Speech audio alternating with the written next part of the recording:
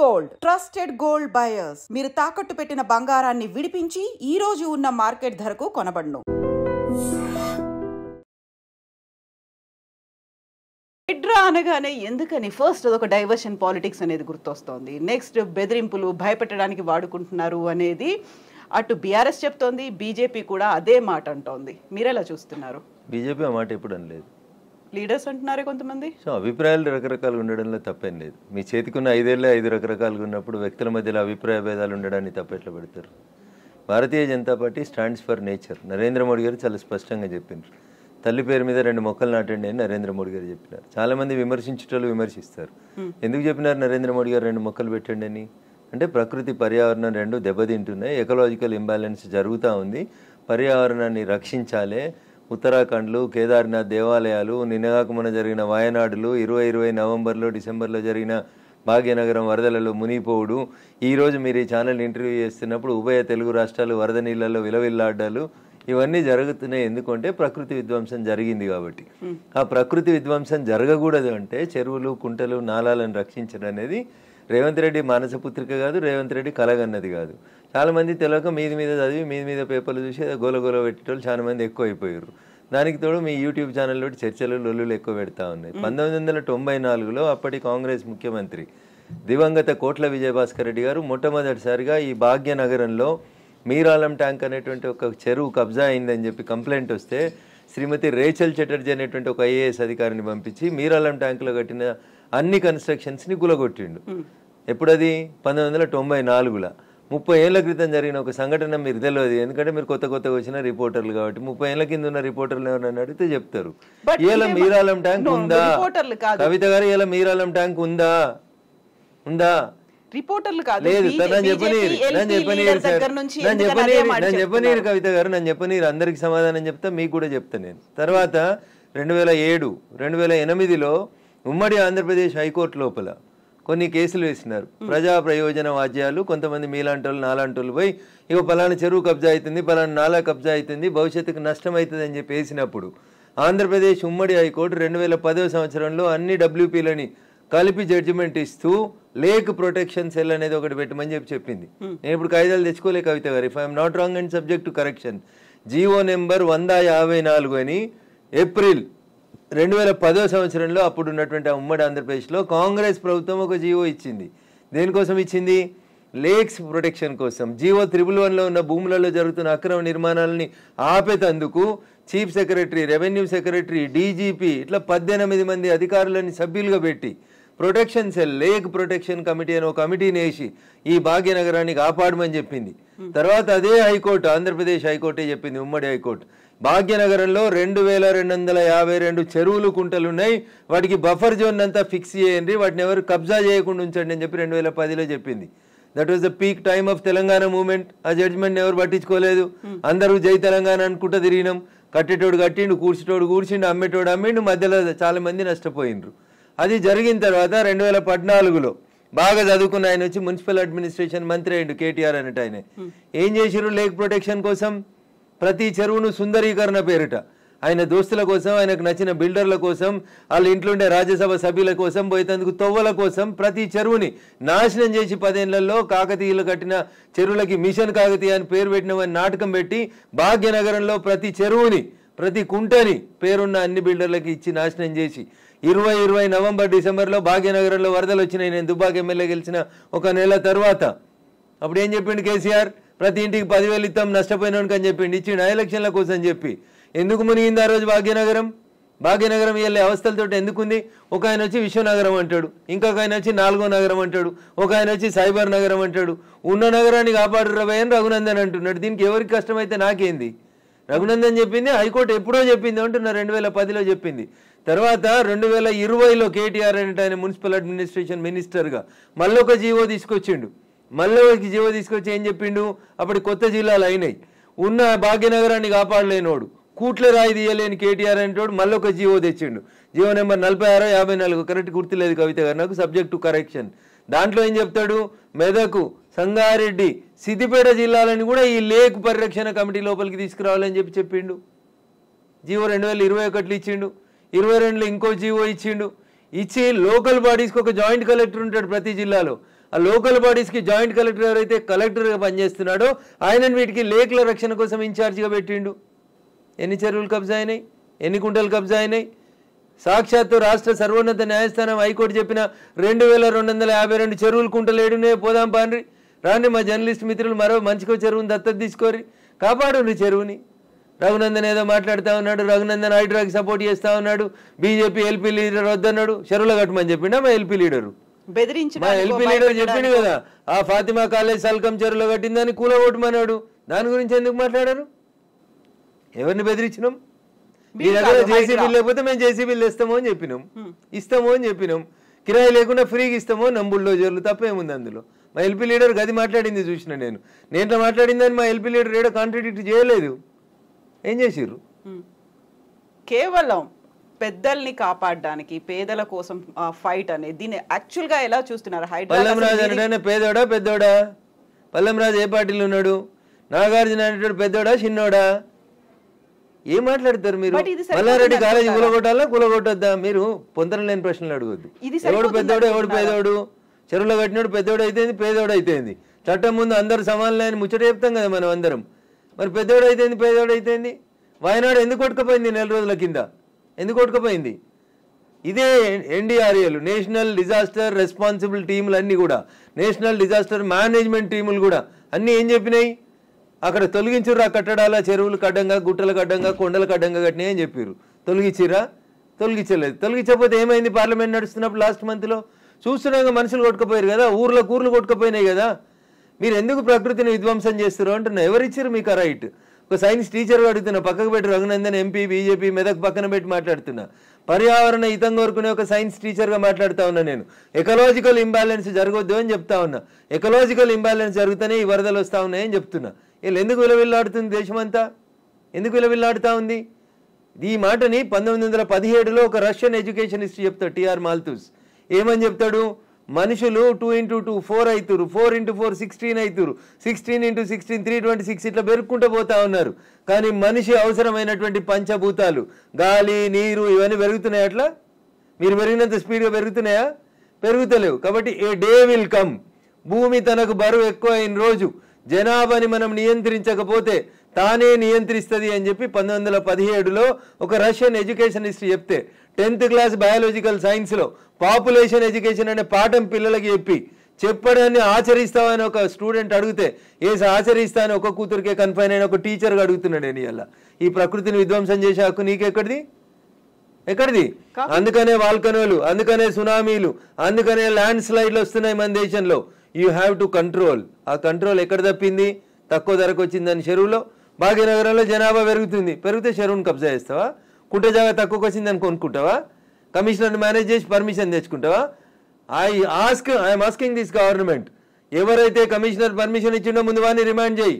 ఏ bank అయితే loan ఇచ్చిందో ముందు ఆ బ్యాంక్ మేనేజర్ని రిమాండ్ చేయి. ఇరిగేషన్ వాళ్ళు చూస్తూ కళ్ళు మూసుకొని కళ్ళుండి చూడలేని కబోదులైన ఇరిగేషన్ ఎస్సీలను రిమాండ్ చేయి. హైదరాబాద్ని కాపాడాల్సిన అవసరం లేదా? భాగ్యనగరం విశ్వనగరంగా విరాజిల్లొద్దా? విరాజిల్లాలనే వద్దా? నువ్వు కట్టినావా చెరువు? నువ్వు తోడినావా చెరువు? ఉన్న చెరువుని చంపే హక్కు నీకెక్కడిది? ఇట్లే మాట్లాడతాడు రఘునందన్. మీకు నచ్చితే మీ ఇష్టం, మీకు నచ్చకపోతే మీ కష్టం. దానికి నేనేం చేస్తా? ఆర్టికల్ 19 నన్ను మాట్లాడమని చెప్పింది, మాట్లాడతా. మీరు నేను మాట్లాడితే ఆ పక్కన ఉన్నాయి, నేను మాట్లాడితే నాకేం?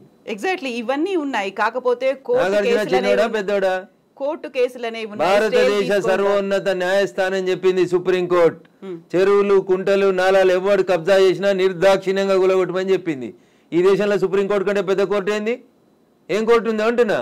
ఎవరు పడితే వాళ్ళు స్టే ఎట్లా ఇస్తారు? ఎవరు ఇచ్చారు మీకు అధికారం? సుప్రీంకోర్టు చెప్పింది వినాలని హైకోర్టులకు లేదా? ఏం వినాలే? మొన్న పోయారు కదా హైకోర్టుకు అనురాగ్ యూనివర్సిటీ వాళ్ళు. ఆయన కాయిదాలు చూసి వారం రోజులు టైం ఇచ్చి తహసీల్దార్ను ఒకవేళ ఎఫ్టీఎల్ ఉంటే తీసేయమని చెప్పిండ్రు. దానికి విద్యార్థులను అడ్డం పెట్టుకొని ఒక ఆయన, వెంచర్ను అడ్డం పెట్టుకొని ఇంకొక ఆయన, రాజకీయ నాయకులను అడ్డం పెట్టుకొని ఇంకొక ఆయన, ముఖ్యమంత్రి అన్నున్నాడని ఇంకొక ఆయన. ముఖ్యమంత్రి అన్నున్న కాలనీ అది దుర్గం చెరువు లేఅవుట్ కాదా? అది ఎట్లా లేఅవుట్ చేసిర్రు? అప్పుడు పర్మిషన్ ఇచ్చిన జిహెచ్ఎంసీ కమిషనర్ని తెచ్చి ప్రాసిక్యూట్ చేయాలి కదా. దుర్గం చెరువు ఎన్ని ఎకరాలు ఉండాలి? వీళ్ళు ఎన్ని ఎకరాలు ఉంది? ఒక కొత్త చెరువు కట్టే సూరత్ లేదు, కానీ ఉన్న చెరువులు మింగి రేపు భవిష్యత్ తరాల పిల్లలకి ఏమిద్దాం అనుకుంటారు మీరు? ఏమిస్తారు? బంజారా హిల్స్లో, జూబ్లీ హిల్స్లో కొండల్ని కంకర మిషన్లు పెట్టి పిండి చేస్తూ ఉన్నారు దుర్మార్గులైన రాజకీయ నాయకులు. ఆపున్నా పర్మిషన్స్ అని రేవంత్ రెడ్డి గారు ఎందుకు ఆపవు? నీ పార్టీలో చేరింది ఎందుకు ఆయన? ఎందుకు ఆ కొండలు ఎందుకు కొడుతుర్రు? ఆపుర్రా కొండలన్నింటిని కొట్టే వాటిని. ఇది ఇప్పటికిప్పుడు జరుగుతున్న విషయం కాదు, ఏళ్ల తరబడి రాత్రికి రాత్రి జరిగింది కూడా కాదు. ఎవరో ఒకరు మొదలు పెట్టాలా? ఎందుకు జరగలేదు? ఎవరో ఒకరు, అరే ఇంతకాలం నువ్వు గడ్డి తిన్నావు, ఇలానే అన్నం తింటున్నావు, it is wrong in it. మీరు గడ్డి తిన్నారు కాబట్టి నేను గడ్డి తినాలా? నాకంటే ప్రభుత్వం ముందు తప్పు చేసింది కాబట్టి నేను తప్పు చేయాలా? Once again I'm telling I'm not supporting Revanth Reddy. ఊరు బాగుండాలా? పిల్లలు మీ కళ్ళ ముంగట వాయినాల్లో కొట్టుకుపోయినట్టు బురదలలో కొట్టుకుపోవాలని కోరుకుంటురా? నేను కోరుకుంటలేను. నా భాగ్యనగరం బాగుండాలని కోరుకుంటున్నా. ప్రపంచానికి హైదరాబాద్ ఒక కీర్తి ప్రతిష్టలు ఇచ్చిన నగరం, 400 సార్లుగా చరిత్ర ఉంది దీనికి. ఇంత మాట్లాడతారు. అసలు భాగ్యనగరాన్ని బాగమతి నది ఒడ్డున కట్టినప్పుడు ఎందుకు కట్టిర్రు? అప్పుడు ఏమైనా వరదలు రాలేదా? మూసీకి వరదలు రాలేదా? అప్పుడు ఏం తెలుసా హైదరాబాద్ చరిత్ర వీళ్ళకి మాట్లాడేటోళ్ళకి? ఈ ముఖ్యమంత్రి వచ్చి మూసీ ప్రక్షాళన అంటాడు, ఆ ముఖ్యమంత్రి వచ్చి కాళేశ్వరం అంటాడు, ఈయన 1,00,000 కోట్లు అంటాడు, ఆయన 1,00,000 కోట్లు అంటాడు. నేను వాళ్ళ కమిషన్ల కోసం మాట్లాడతలేను. నేను మల్లారెడ్డి గారు కడితే గులగొట్టుర్రి, పల్లారాజేశ్వరరెడ్డి గారు కడితే గులగొట్టుర్రి, నాగార్జున గారు గులగొడితే నేను కదా అందరికంటే ముందు మాట్లాడింది. కోర్టు స్టే ఇచ్చిందంటే ఎట్లా ఇస్తుంది కోర్టు అని అడిగిన. బరాబర్ అడుగుతా నేను. పొద్దున 6 గంటలకు కూలగొట్టుడు మొదలు పెడితే మధ్యాహ్నం లంచ్ మోషన్ అయింది, 3 గంటలకు స్టే అయింది. అది స్టే అని మీడియా మిత్రులు తప్పు రిప్రజెంట్ చేసిరు.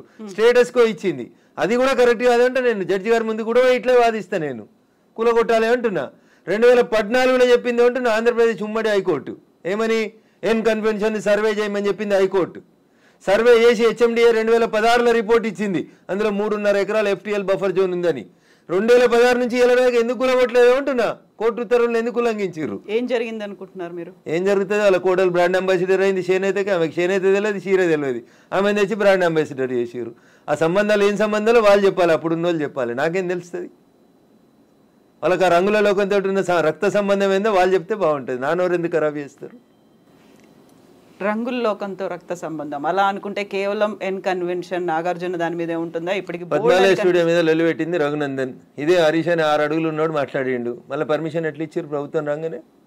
లాంకో హిల్స్ వక్ఫ్ భూమిలో ఉన్నారు, 10 ఏళ్ళు అధికారంలో ఉన్నాడు కేసీఆర్ అంటే. ఆయన ఒక రోజైనా మాట్లాడండి ఆ వక్ఫ్ భూముల గురించి? లగడపాటి కడుతుండని చెప్పి లాంకో హిల్స్ అంతా వక్ఫ్ భూములు దున్నుతాం, పల్గొడతాం, ఇరుగొడతాం అన్నారు. పర్మిషన్ ఎవరు ఇచ్చారో తెలుసా కవిత గారు? పద్మాలయ స్టూడియోలో అపార్ట్మెంట్లు కట్టుకోవడానికి పర్మిషన్ ఇచ్చింది ఇదే గౌరవనీయులు కేసీఆర్ గారు, కేటీఆర్ గారు, హరీష్ రావు గారు. ఆ రక్త సంబంధం ఏందో అడుగుండ్రు. జర్రంత అవతలకి పోతే ఎంఆర్ ప్రాపర్టీస్ అని ఒకటి ఉంటాయి.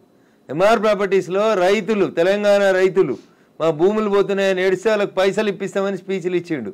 ఇదే కేటీఆర్, అదే హరీష్ రావు, అదే కేసీఆర్ అన్నట్టు. ఆయన 10 ఏళ్ళు మంత్రులుగా పదవి అనుభవించారు. ఎన్నడన్నా ఎంఆర్ ప్రాపర్టీస్లో భూములు కోల్పోయిన రైతుల గురించి మాట్లాడేందుకు వీళ్ళకి నోరు వచ్చిందా? ఎందుకు రాలేదనుకుంటారు కవిత గారు? కారల్ మార్క్స్ అని కమ్యూనిస్టు సిద్ధాంతకర్త చెప్తాడు, మానవ సంబంధాలన్నీ ఆర్థిక సంబంధాలనే చెప్తాడు. అందుకనే రాఘవేంద్రరావు సినిమాక్స్ని ముట్టలేదు టీఆర్ఎస్ పార్టీ. పద్మాలయ స్టూడియోస్లో అపార్ట్మెంట్లు కడుతుంటే సపట్లు కొట్టిర్రు. ఎంఆర్ ప్రాపర్టీలో తెలంగాణ రైతులు మునిగిపోతే నోరు మూసుకున్నారు. నాలంటాడు ఎవడో మాట్లాడాలి కాబట్టి మాట్లాడడం మొదలు పెడతా ఉన్నాం. I stand for the poor only. నేను ఇప్పుడు ఈ రాష్ట్ర ప్రభుత్వాన్ని డిమాండ్ చేస్తా ఉన్నా. నేను అమ్ముతురు కదా కోకాపేటలో ఎకరం 100 కోట్లు పెట్టి, 100 ఎకరాలు అమ్మిండ్రు కదా. ఆ పక్కన ఇంకా 150 ఎకరాలు ఉంది ప్రభుత్వ భూమి. ఇప్పుడు ఈ ఇండ్లు పోతున్న వాళ్ళందరికీ ఒక 25 ఎకరాలు లేఅవుట్ చేయండి. ఈ పేదోళ్ళందరికీ మంచికి 100 గజాల స్థలం ఇయ్యండి. ప్రధానమంత్రి ఆవాస్ యోజన కింద ఇంటి పైసలు 5 లక్షలు ఇయ్యండి. ఇందిరమ్మ ఇంటి కింద నువ్వు 5 లక్షలు. ఈ నాలాల మీద కట్టుకున్న వాళ్ళు, చెరువులు కుంటలలో కట్టుకున్న వాళ్ళ కోసం ఏంది కోకపేటలో 100 కోట్లకు ఎకరం పోయే భూమిలో వీళ్ళకి లేఅవుట్ చేసి 25 ఎకరాలు అక్కడ ఉప్పల్ బగాయితో లగాయితో అని పెట్టి అమ్మిర్రు కదా, కూడా యాక్షన్ పెట్టి. అట్లా ఈ గరీబ్ వాళ్ళందరికీ తీసుకొచ్చారు కాలనీ కట్టు. వీళ్ళు అరువులు కాదా 100 కోట్ల భూమిలో ఉండేందుకు? 10 ఏళ్ల క్రితం కట్టుకున్న ఇల్లు కళ్ళం కూడా కూలిపోతుంది కదా, బాధపడుతురు కదా. వాళ్ళని తీసుకొచ్చాడు 25 ఎకరాలు లేఅవుట్ చేయి Revanth Reddy. Then I will support you, then I will congratulate you. అంతేగాని అసదుద్దీన్ ఓవైసీ ఇచ్చిన ఉడత ఊపులకు భయపడితే 400 కాదు 4000 స్టూడెంట్స్ ఉన్నారని బెదిరిస్తాడు. ఎందుకు సల్కం చెరువు కూల్తలేదు? కూలాలి కదా సల్కం చెరువులో ఉన్న ఫాతిమా మెడికల్ కాలేజ్. ఎందుకు భయపడుతున్నారు? ఏమవుతుంది రేవంత్ రెడ్డి గారు? మొదలుపెట్టినావు కదా, కొట్టేసేయన్ని. అపప్రద నీకెందుకు? మల్లారెడ్డితోటి పాతపాగుందని, పల్లారాజేశ్వరరెడ్డి పార్టీ మారతలేడని కొడుతున్నాను చెడ్డ పేరు ఎందుకు? ముందు అసదుద్దీన్ ఓవైసీ తోటి మొదలుపెట్టు. సో మధ్యలో విద్యా సంవత్సరం అక్కడ ఆల్టర్నేట్ అనేది దసరా సెలవులు వస్తాయి కదా, ఇమ్మీడియట్ గా ఆల్టర్నేట్ ఇంకో ఎందుకు దొరకదు? కాలేజ్ లో ఎందుకు దొరకదు? అకామిడేట్ చేయడానికి ఎందుకు దొరకదు అంటున్నా. ఒక్క రోజులో కట్టేస్తారు. ఇప్పుడు అంతా కిర్బీ షీట్లు అనే స్ట్రక్చర్లు వచ్చినాయి కదా, టెంపరీ స్ట్రక్చర్లు. 20 మొత్తం రింగ్ రోడ్ పక్కన అన్ని బిల్డింగ్లు ఖాళీగా ఉన్నాయి, తీసుకొని కట్టుకోమని ఉండ్రి. ఇన్ని రోజులు అనుభవించారు కదా చెరువులో కట్టుకొని, దానికి రెంట్ కట్టుర్రి ప్రభుత్వానికి. ఫీట్ కింద వసూలు చేయాలి రేవంత్ రెడ్డి గారు ప్రభుత్వం ఇవాళ. ఏసి నిజంగా ఎవరైనా పేదలకు నష్టం జరుగుతుంది చెరువులలో తెలిసి తెలియక అమాయకంగా ప్రభుత్వం లేఅవుట్కి పర్మిషన్ ఇస్తే కట్టుకున్న వాళ్ళు ఉన్నారు. వాళ్ళందరినీ తీసుకొచ్చి కోకపేటలో పెట్టండి అంటున్నా. ఏంది ప్రాబ్లం ఏంది మీకు? గరీబులు అక్కడ ఇల్లు కట్టుకోదా కోకపేటలో? కట్టుకొని 100 గజాలు 100 కాకపోతే 150 గజాలు, ఇంకా 150 ఎకరాలు ఉంది కదా ఆడ. నిజంగా నీకు హైదరాబాద్ శుద్ధి చేయడమే నీ లక్ష్యం అయితే రేవంత్ రెడ్డి గారు, కోకపేటలో ఉన్న 150 ఎకరాలలో ఎన్ని ఇళ్ళు పోతున్నాయో ఐడెంటిఫై చేయి, అందరికీ మంచికి 100 గజాలకు పట్టాలి, అప్పుడు ప్రజల్ని నరిశిస్తారు. ఇప్పుడు జీవో 111 కాదు, అంతకుముందు వాల్టా యాక్ట్లు ఇవన్నీ కూడా వచ్చాయి మన వాటర్ బాడీస్ని ప్రొటెక్ట్ చేసుకో. నాకంటే ముందున్న వాళ్ళు ప్రతి ఒక్కరు తప్పు చేసిండని ఇప్పుడు నన్ను తప్పు ఏమని అడిగే అధికారం మీకు? నో, అంటే ముందు నుంచి ఎందుకని ఫోకస్ పెట్టలేకపోయారు? ప్రెషర్స్ ఏమున్నాయి? ఎవరికి భయపడ్డారని మీరు? రాజకీయ నాయకులకి, రియాల్టర్లకి, వాళ్ళు ఇచ్చే పైసలకి. ఇంతకంటే ఎక్కువ ఏముంటుంది తల్లి? కట్టే కొట్టే తెచ్చిమంటే ఇంతే. రాజకీయ నాయకులకి ఎవరో ఫైనాన్స్ చేసేటోళ్ళో ఫండ్ ఇచ్చేటోళ్ళో ఎవరో ఒక బిల్డర్ ఉండి అన్న నేను ఈ చెరువు పక్కన జరంత మట్టి వచ్చి అమ్ముకుంటా అంటే అమ్ముకోమంటాడు, చూసి చూడనట్టు పొమ్మంటాడు, అయిపోతుంది. అది 1 పోయి 2 అవుతుంది, 2 పోయి 3 అవుతుంది. గట్లా వాడు పోసిండని వీడు పోసి, వీడు పోసిండని ఇంకోటి పోసి. సో ఇప్పుడు మనకి వానలు వరదలు ఇవి మునిగిపోవడాలు ఇలాంటివన్నీ ప్రతిసారి వచ్చినట్టే. ఇదంతా ఎకలాజికల్ ఇంబ్యాలెన్స్. ఎగ్జాక్ట్లీ, ఇదంతా ఎకలాజికల్ ఇంబ్యాలెన్స్. ప్రకృతిని కాపాడండి, పర్యావరణాన్ని ప్రేమించండి. లేకపోతే ఇప్పుడు మంచినీళ్ళు తాగమంటే బాటిల్ పెట్టినట్టు రేపు ఆక్సిజన్ సిలిండర్లు జబ్బ మీద వేసుకొని మీ మన్మరాలు తిరగాల్సిన దుస్థితికి పోతారు మీరు. ఆ పరిస్థితి రాకుండా కాపాడండి అంటున్నా. ఎగ్జాక్ట్లీ. సో కోర్టు నోటీసులు, స్టేలు, ఆ తర్వాత స్టేటస్ కో మెయింటెనెన్స్లు ఇవన్నీ కూడా అంటే ప్రతిదీ ఏది టచ్ చేద్దామన్నా మళ్ళీ కోర్టుతో లింక్ అయి ఉంది కాబట్టి ఇది కూడా ఎక్కువ కాలం నిలవదేమో హైడ్రా అనేది కూడా వినిపిస్తుంది. యాజ్ అడ్వకేట్ మీరేం చెప్తారు అసలు? సో నేనేమంటున్నా, శుభం గోర్ర పెళ్లి కొడుకు అంటే ఏదో అన్నాడంటే అట్లున్నది మా కవిత ఆలోచన. ఎందుకు ముందు నుంచి అనేది అదే కదా, కవిత ఆలోచన దగ్గరికి వెళ్ళింది అనగానే కోర్టు స్టే కోర్టు పరిధిలో మాట్లాడము అనే మాటలు ఎవరు? నేను మాట్లాడుతూనే ఉన్నా కదా రోజు. నో, మీరనట్లేదు, ఆక్యుపై చేసుకున్న వాళ్ళ దగ్గర నుంచి వచ్చే సమాధానం అదే, కోర్టు పరిధిలో ఉంది కాబట్టి. తప్పించుకునే ప్రయత్నం తప్ప ఏముంటది? దొంగకు తేలుగుడితే ఏం చేస్తాడు? తేలుగుట్టిందని చెప్తాడా? సపరేట్గా నోరు మూసుకొని పోతాడు. గట్లే ఉంటుంది. ఏం స్టే ఉంది? స్టే ఉంది అని ట్వీట్ చేసి ఏడ స్టే ఉంది? ఏ కోర్టులో స్టే ఉంది? ఏంది స్టే? స్టేలు సంవత్సరాలు ఉండొద్దని ఇదే సుప్రీంకోర్టు చెప్పింది అంటున్నా. మా గౌరవ న్యాయమూర్తులు అట్లా సంవత్సరాలు స్టే ఇయ్యరు. స్టే ఈజ్ టెంపరరీ అంతే. 15 రోజులు, నెల, 2 నెలలు, 3 నెలలు అంతే. స్టే ఏంది? 2014లో ఎన్కన్వెన్షన్ సర్వే చేయమని 2024 దాకా స్టే ఇచ్చిరా? ఏ కోర్టు ఇచ్చిందో చూపెట్టురు నాకు. మీ అంత చదువుకోకపోవచ్చు కానీ నాకు స్టే అంటే ఏందో అర్థం తెలుసు. జర చూపెట్టుర్రి. హైడ్రాకి విధి విధానాలు లేవు, సరిగా ఏది ఫామ్ చేయకుండానే ముందుకెళ్ళిపోతున్నారు, బుల్డోజర్ సర్కార్ని తీసుకొస్తోంది హైడ్రా పేరుతో అనే వాదనని ఎట్లా చూస్తారు మీరు? మీకు వచ్చిన కడుపు నొప్పి ఏంది? మీరు ఫేర్గా ఉన్నారు కదా, మీరు నీతిగా ఉన్నారు కదా, మీరు పర్యావరణం బాగుండాలని కోరుకుంటారు కదా, ఈ భాగ్యనగరం బాగుండాలని కోరుకుంటారు కదా. In what way you are agreed by it? మీకు వచ్చి నష్టమైంది అంటున్నా. ప్రజల చేత, ప్రజల కొరకు ప్రజలు ఎన్నుకున్నటువంటి ప్రభుత్వాలు తీసుకునే నిర్ణయాలని ఏం చేస్తారు మీరు? కోర్టు ఎందుకు అడ్డుకుంటుంది? కోర్టుకుండే అధికారాలు ఏంటి? ఎంతవరకు అడ్డుకోవాలో అంతవరకే అడ్డుకుంటుంది. నేను చెప్తున్నా కదా, ఈ దేశ సర్వోన్నత న్యాయస్థానం సుప్రీంకోర్టు చెప్పింది కూలగొట్టమని. సుప్రీంకోర్టుకు భిన్నంగా లోకల్గా ఉండేటువంటి జడ్జిలు అట్లా ఇస్తారా జడ్జిమెంట్లు? నాకు తెలిసినంత వరకు అయితే ఎవరు కవిత గారు.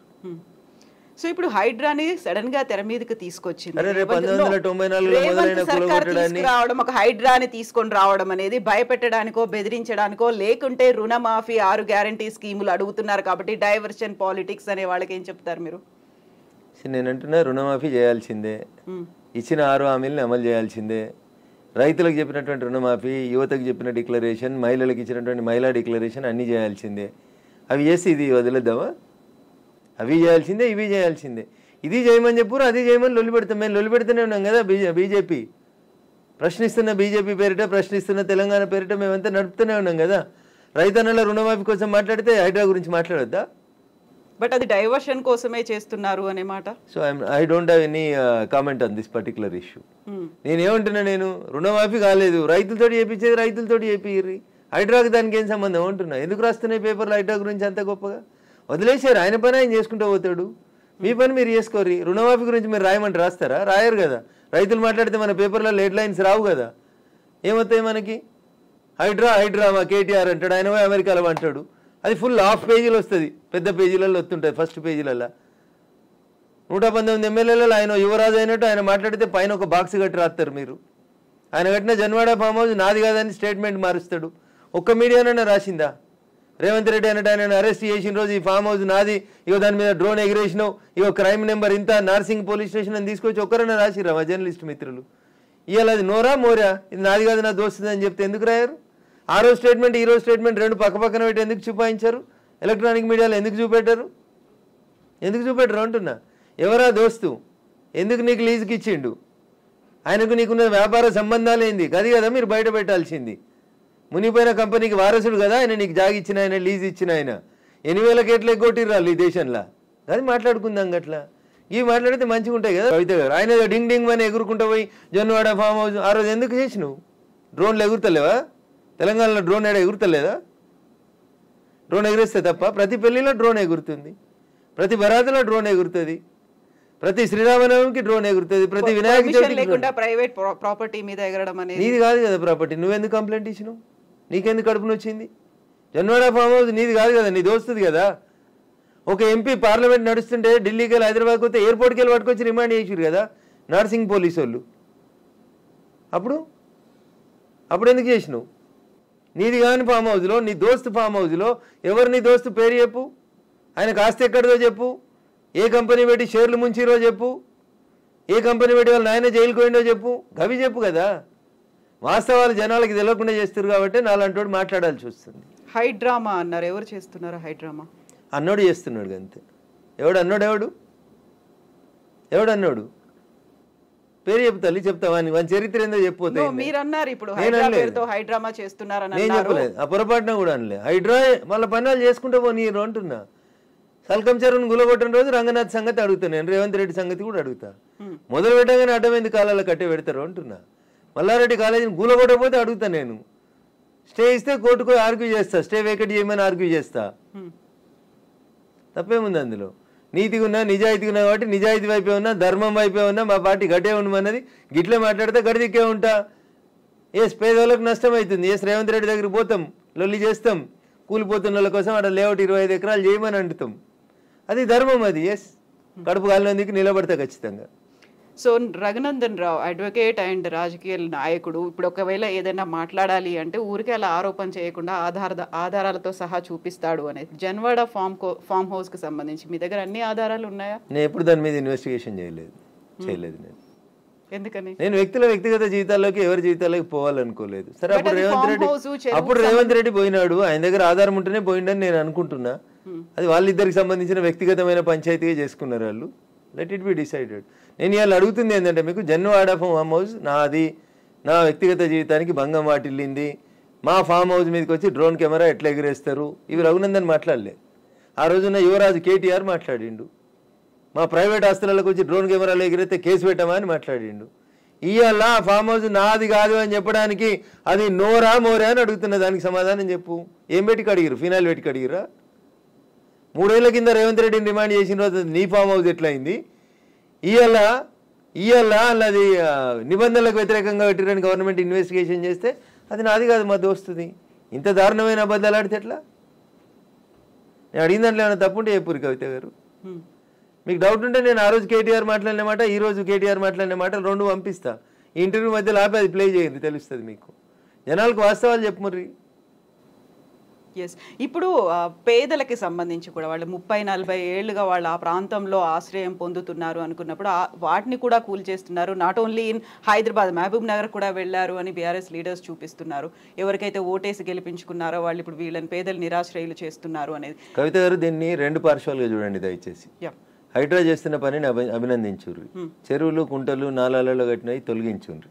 ఒకవేళ అందులో నిజంగా గరీబోడు ఉంటే, ఎంక్రోచ్మెంట్స్ లేవు, పేదోడు బలైండు, అక్కడ ఒక మున్సిపల్ లేఅవుట్ అయింది, ఆ లేఅవుట్ ప్రకారం వాళ్ళు కొనుక్కున్నారు అని అంటే ప్రభుత్వం వాళ్ళకి ప్రత్యామ్నాయ ఏర్పాట్లు చేయాల్సిందే. It is an undisputed issue. మళ్ళీ చెప్తున్నా నేను, 2 రోజుల తర్వాత నేను అదే చెప్తా ఉన్నా మీకు. ఉప్పల్ బగాయితో లగాయితో, నాకు పేరు I'm not remembering or recollecting it proper. Uppal బగాయితులో ఎట్లా ప్లాట్ చేసి అమ్ముకుర్రో, ఇప్పుడు ఉన్నారు కదా రాజపుష్ప ఆయన 100 కోట్లకు ఎకరం రిజిస్ట్రేషన్ ఆపినావు కదా, ఆ 10 ఎకరాలలో ప్లాట్లు చేసి ఇచ్చేసే వీళ్ళకి. ఆ పక్కన ఇంకా 150 ఎకరాలు ఉంది కవిత గారు, దాంట్లోకి 25 ఎకరాలు లేఅవుట్ చేయి. ఈ ఇండ్లు కోల్పోతున్న వాళ్ళందరికీ అంటున్నా, your the custodian of the peoples money, అంతేగా నువ్వు ఓనరు కాదు కదా. ఇటు ఇల్లు కోల్పోయినా నష్టపోయిన ఆయనకి 100 గజాలు ఇవి అంటున్నా. 100 కోట్లకు ఎకరం ఉన్న భూమిలో 100 గజాలు ఇస్తే you will not feel happy Kavitha గారు? ఉంటారా ఉండరా? కొంచెం కోపం తగ్గుతుందా తగ్గదా? ఇచ్చేయండి అంటున్నా. మియాపూర్లో 100 ఎకరాలు కొంతమంది పెట్టుబడిదారులు దోసుకున్నారు, కబ్జాలు చేసిర్రు, పంచురా భూముల్లో ఉంటున్న ఇట్లాంటి వాళ్ళకి అమాయకత్వంతో, తెలిసి తెలియనితనంతో లేఅవుట్లు చెరువులు కుంటలలో ఎవడన్నా బిల్డర్ చేసిన మోసానికి బలైన పేదోళ్ళు ఉంటే బరాబరాలకు ప్రభుత్వం న్యాయం చేయాల్సిందే. కూలగొట్టడం ఎంత ధర్మమో పేదోని కాపాడడం కూడా అంతే ధర్మం. ఈ రెండు ఇన్సెపరబుల్ ఇష్యూస్. ఒక నాణానికి బొమ్మ బొరుసు ఎట్లుంటాయో చెరువుని కాపాడడం నీ బాధ్యతనే, నష్టపోయిన గరీబోని ఆదుకోవడం కూడా నీదే బాధ్యత. ఆదుకోవాలని కూడా ప్రభుత్వాన్ని మేము డిమాండ్ చేస్తా ఉన్నాం. ఎగ్జాక్ట్లీ. ఇప్పుడు హైదరాబాద్ హైడ్రాకి సంబంధించి ఈ ఒక అంశం రన్ అవుతూ ఉన్నప్పుడే ఇంకొక అంశం కూడా తెర మీదకి వచ్చింది. మహబూబ్నగర్ పోవద్దా? మహబూబ్నగర్లో చెరువు కబ్జా చేస్తే గులగొట్టొద్దా? ఎగ్జాక్ట్లీ. సిద్దిపేటలో చెరువు కబ్జా చేస్తే గులగొట్టొద్దా?